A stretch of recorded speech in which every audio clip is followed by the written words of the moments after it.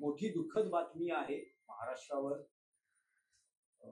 महाराष्ट्राच्या राजकीय आणि सामाजिक जीवनातला आजचा काळा दिवस आहे. आज सकाळी जेव्हा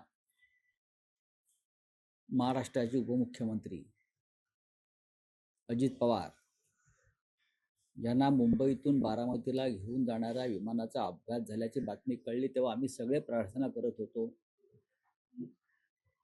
की अशी कोणत्याही प्रकारची बातमी कानावर येऊ नये आणि अजितदादा पवार हे सही सलामत त्या अपघातातून बाहेर यावे.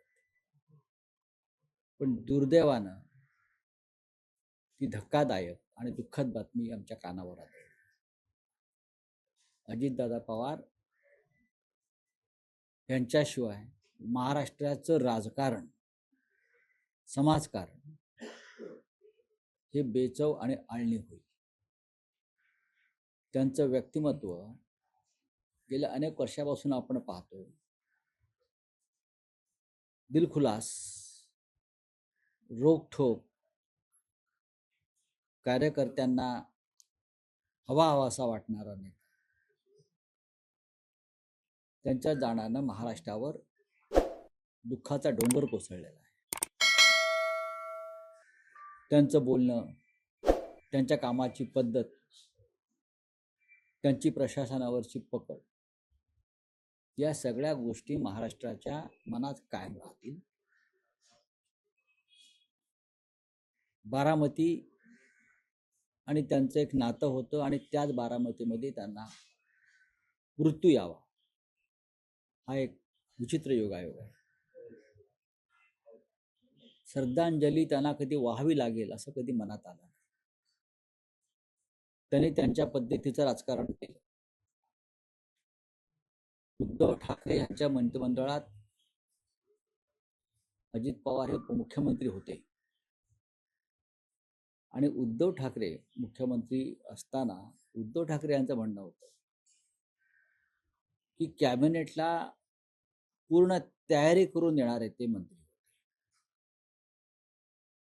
राज्याच्या प्रश्नांचा त्यांना अभ्यास, विशेषतः पाटबंधारे, पाणी या संदर्भात त्यांचा अभ्यास पक्का होता. शैक्षणिक क्षेत्रात त्यांचं काम राहील. शरद पवारांनी त्यांना राजकारणात आणलं आणि नंतर गेल्या 2-2.5 वर्षापासून त्यांनी शरद पवारांशिवाय राजकारण महाराष्ट्रात सुरू केलं. त्या राजकारणाचा असा अकाली अंत होईल असं कोणाच्या ध्यानीमनी नव्हतं. मी जे मगाशी म्हणालो की अत्यंत कार्यक्षम मंत्री म्हणून त्यांचा लौकिक होता. त्यांना मिळालेलं प्रत्येक पद हे राजकारणासाठी तर वापरलंच त्यांनी, पण कार्यकर्त्यांसाठी, जनतेसाठी, विकासासाठी त्यांनी वापरलं. त्यांच्या कामाच्या पद्धतीविषयी अनेकदा टीव्ही चॅनलवरती काही दृश्य आम्ही पाहिली. सदैव जरी त्यांच्या बोलण्यात कधी राग आला, चीड आला, तरी पटकन एखादे विनोदी वाक्य टाकून ते संपूर्ण वातावरण हसरं खेळतं ठेवण्याची त्यांची कसब होती. उत्तम वक्ते होते. आज महाराष्ट्र खरोखर दुःखात आहे. महाराष्ट्रावरती कोणतं संकट आलंय किंवा महाराष्ट्राचे काय ग्रह फिरले माहीत नाही. गेल्या काही काळापासून महाराष्ट्रातले अनेक अशी प्रमुख नेतृत्व आपल्यापासून हिरावून गेली काळानं. विलासराव देशमुख गेले उमद्या वयात, गोपीनाथराव मुंडे गेले उमद्या वयात, आणि आता अजित पवार गेले. विक्रमी संख्येने ते उपमुख्यमंत्री झाले. 5 किंवा 6 वेळा ते उपमुख्यमंत्री झाले. त्यांना मुख्यमंत्री होण्याची इच्छा होती. ते मुख्यमंत्री झाले असते तर महाराष्ट्राला एक उत्तम कार्यक्षम मुख्यमंत्री मिळाला असता. पण ते त्यांच्या दुर्दैवानं ते मुख्यमंत्री होऊ शकले नाही आणि आज या भीषण विमान अपघातामध्ये त्यांचा मृत्यू झाला. महाराष्ट्राला आणखी काय पाहावं लागणार आहे काय सांगता येत नाही. मी शिवसेना परिवारातर्फे त्यांना श्रद्धांजली वाहतो. स्वतः शिवसेना पक्षप्रमुख उद्धव ठाकरे यांच्याशी माझी आता चर्चा झाली आणि ते सुद्धा अस्वस्थ आणि शोकात आहेत, कारण त्यांचे ते सहकारी होते मंत्रिमंडळात. आणि पवार कुटुंब, मग शरदराव असतील, अजितदादा असतील, यांचे आणि ठाकरे कुटुंबाचे अत्यंत स्नेहाचे संबंध होते. त्याच्यामुळे स्वतः उद्धव ठाकरे सुद्धा लवकरच आपल्यासमोर येऊन दुःख व्यक्त करतात. रावसाहेब, गेली अनेक वर्ष राजकारणात, कौटुंबिक जीवनात आपल्याला अजित पवारांचा स्नेह, नक्कीच सहवास लाभला. नक्कीच आपली काही व्यक्तिगत आठवण किंवा एखादा प्रसंग? नाही, खूप प्रसंग आहेत अजितदादांबरोबरचे. विशेषतः जेव्हा जेव्हा पवार साहेबांबरोबर आमच्या बैठका व्हायच्या तेव्हा अजित पवार असायचे. म्हणजे अजित पवारांनी पहाटेची शपथ घेतली, त्याच्या आदल्या दिवशी रात्री 11 आम्ही एकत्र होतो. आणि 11 वाजल्यानंतर शोधाशोध करताना जे घडामोडी घडल्या त्या रंजक होत्या फार. तिथपासून ते पुढे अनेक काळ, त्याच्या आधी सरकार बनवताना अजित पवार आमच्या म्हणजे उद्धव ठाकरे यांच्या नेतृत्वाखाली सरकार बनवताना अजित पवारांची सोबत अत्यंत महत्त्वाची होती. जेव्हा सरकार बनलं आणि मुख्यमंत्रीपदाची शपथ उद्धव ठाकरे यांनी घेतली आणि शिवतीर्थावर अजित पवार यांनी सुद्धा शपथ घेतली त्यावेळेला, त्यानंतर ते मंत्रालयात गेले दुसऱ्या दिवशी आणि त्यांनी पहिला फोन मला केला होता. आणि त्यांनी हे सरकार बनवताना जे कष्ट आपण सगळ्यांनी घेतले, त्यांनी विशेषतः माझा उल्लेख केला, त्याचं स्मरण आम्हाला कायम राहील, अशा प्रकारचं वक्तव्य त्यांनी त्यावेळेला केलं. आणि त्यांचा स्नेह, जरी आम्ही एकमेकावर टीका केली, ते फार कमी टीका करायची, टीका आम्हीच करायचो. जेव्हा त्यांनी नवीन मार्ग स्वीकारला, वेगळा मार्ग स्वीकारला, तेव्हा आम्हीच त्यांच्यावर टीकेचे बाण सोडत होतो, त्यांच्यावर टीका करत राहिलो. पण त्यांनी क्वचित त्याला उत्तर दिलं, कारण ते शांत राहूनच काम करत राहिले. राजकारणामध्ये अशी माणसं दुर्मिळ असतात. अत्यंत उमद्या वयात ते गेले, अत्यंत उमद्या वयात. त्यांच्याकडनं अजून बरंच काही काम महाराष्ट्राला करून घेता आलं असतं. राजकारणात ते मोठी खेळी अद्याप खेळू शकले असते. अलीकडेच माननीय शरद पवार आणि अजित पवार एकत्र आले, त्याचा आनंद सगळ्यांना झाला की काका आणि त्यांचा मुलासमान पुतण्या एकत्र आले, एकत्र राजकारण सुरू केलं पुण्यात, पिंपरी चिंचवडमध्ये. आताही जिल्हा परिषदा, घड्याळ आणि तुतार एकत्र लढत आहेत, त्याचा आम्हाला आनंद होता. पण तो आनंद फार काळ टिकला नाही. पवार कुटुंब हे राजकारण कोणत्याही थराला गेलं तरी पवार कुटुंब हे अभेद्य एकत्र कायम राहिलं. ते यावेळेलाही दिसलं आपल्याला अनेक प्रसंगात. त्याच्यामुळे पवार कुटुंबावर हा सगळ्यात मोठा आघात. जरी सुप्रिया सुळे यांच्या विरोधामध्ये सुनित्रा पवार लढल्या, जरी अजित पवार यांच्या विरोधामध्ये युगेंद्र पवार त्यांचा पुतण्या लढला, कधी रोहित पवारांनी काही टीका टिप्पणी केली असली, तरी सामाजिक कार्यामध्ये, कौटुंबिक सोहळ्यामध्ये पवार कुटुंबाचं ऐक्य हे एक आदर्श प्रकार राहिला. आणि त्या कुटुंबावरचा जो आघात आहे, अजित पवार हे त्या कुटुंबाचे, शरद पवार यांच्यानंतरचे कर्ते पुरुष होते. अशा कर्त्या पुरुषाचं जाणं यासारखं दुःखद आणि धक्कादायक गोष्ट नाही. रावसाहेब, अपघाताची भीषणता एवढी प्रचंड होती, खासगी विमान होतं, अपघात कशामुळे झाला काय तुमच्याकडे माहिती? नाही, बघा, अपघात कसा झाला याची चौकशी व्हायला पाहिजे. अजित पवार सातत्यानं विमान प्रवास करत होते, पण या निमित्ताने एक गोष्ट सगळ्यांना लक्षात घेतली पाहिजे. राजकारणामधला जो हव्यास असतो सर्व निवडणुकांचा, नगरपालिकांपासून महानगरपालिका, जिल्हा परिषदा, यांच्यासाठी जी धावाधाव सध्याचे राजकारणी करतायत, राज्यकर्ते करतायत, त्याला कुठेतरी बांध घातला पाहिजे. आम्ही जे सांगतो, काही निवडणुका कार्यकर्त्यांवर सोडा, आपल्याला फार लिडरशिपला धावाधाव करण्याची तशी गरज नाही. योग्य वेळी आपण त्यात लक्ष घातलं पाहिजे.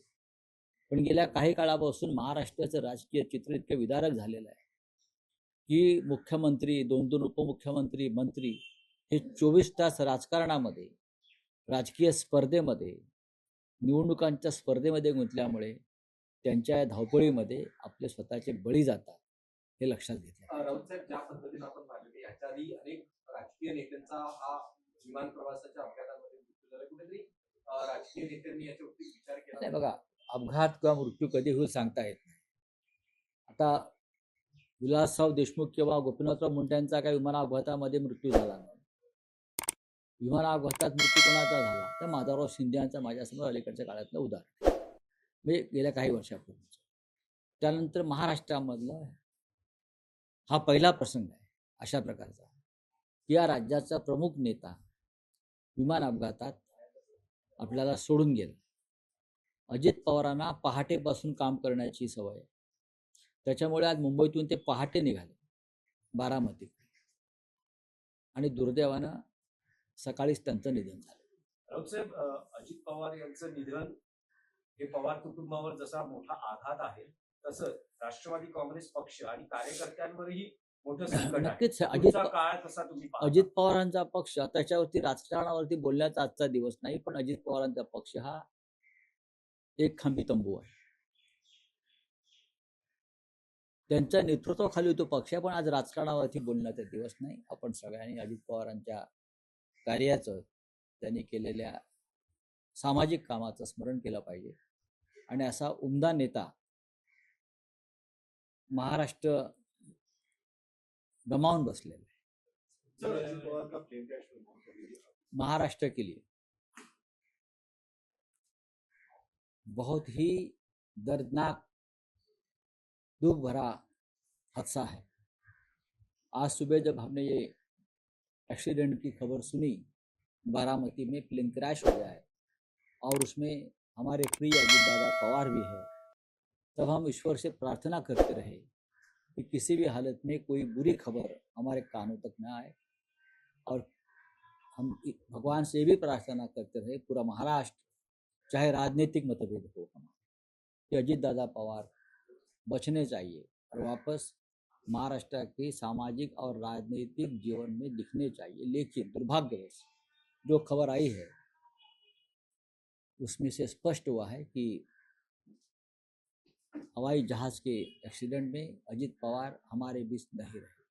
एक बहुत ही उम्दा नेतृत्व महाराष्ट्र का, बहुत ही दिलदार नेतृत्व महाराष्ट्र का, प्रशासनिक काम पर उनकी बहुत बड़ी पकड़ रही और अच्छे वक्ता रहे, नेता रहे और कार्यकर्ताओं के लिए काम करने वाला एक ऐसा आदमी, नेता आज हमारे बीच नहीं रहा है. महाराष्ट्र के विकास में उनका योगदान रहा है.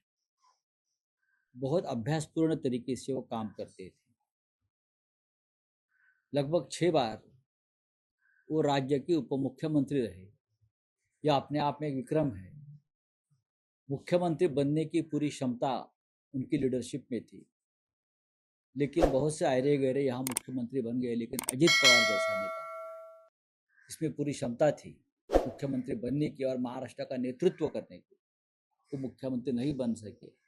ये हमारे मन में हमेशा रहेगा. सर, आपकी कुछ यादें? बहुत सी यादें हैं. देखिए, हम तो उनको सालों साल से जानते हैं पवार फैमिली की वजह से. मतलब बहुत उम्दा नेता था, दिलदार था. उसके मन में कोई कपट नहीं था. जो आता था मुंह में बोल देता, मुंह पर बोल देता था और भूल जाते थे. हमेशा हंसते थे. कार्यकर्ताओं का नेता था. उद्धव ठाकरे जी के, जब उद्धव ठाकरे जब मुख्यमंत्री बने तो उनके कैबिनेट में अजित दादा उप मुख्यमंत्री रहे. उद्धव जी हमेशा कहते थे कि सबसे ज़्यादा अभ्यास करके आने वाले जो मंत्री थे वो अजित पवार थे. उनके पास एक हमेशा विजन रहा है राज्य के विकास का. तो एक ऐसा नेता हमने आज खो दिया है. उसे एक सबक लेनी चाहिए नेताओं ने, खास करके जो सत्ता में बैठे हैं. राजनीति में इतनी भागदौड़ भी अच्छी नहीं है. कि सब कुछ चाहिए, सब कुछ जितना है। कुछ चुनाव होते हैं वो कार्यकर्ताओं के ऊपर छोड़ देना चाहिए, चाहे जिला परिषद हो, चाहे नगर पंचायत हो, चाहे महानगर पालिका। आजकल ऐसा हो गया है महाराष्ट्र में, जो एक होड़ लगी है चुनाव जीतने की आपस में ही, सरकार में ही, उससे जो भागम भाग चल रही है सभी नेताओं की, उसका ये नतीजा है। Thank you.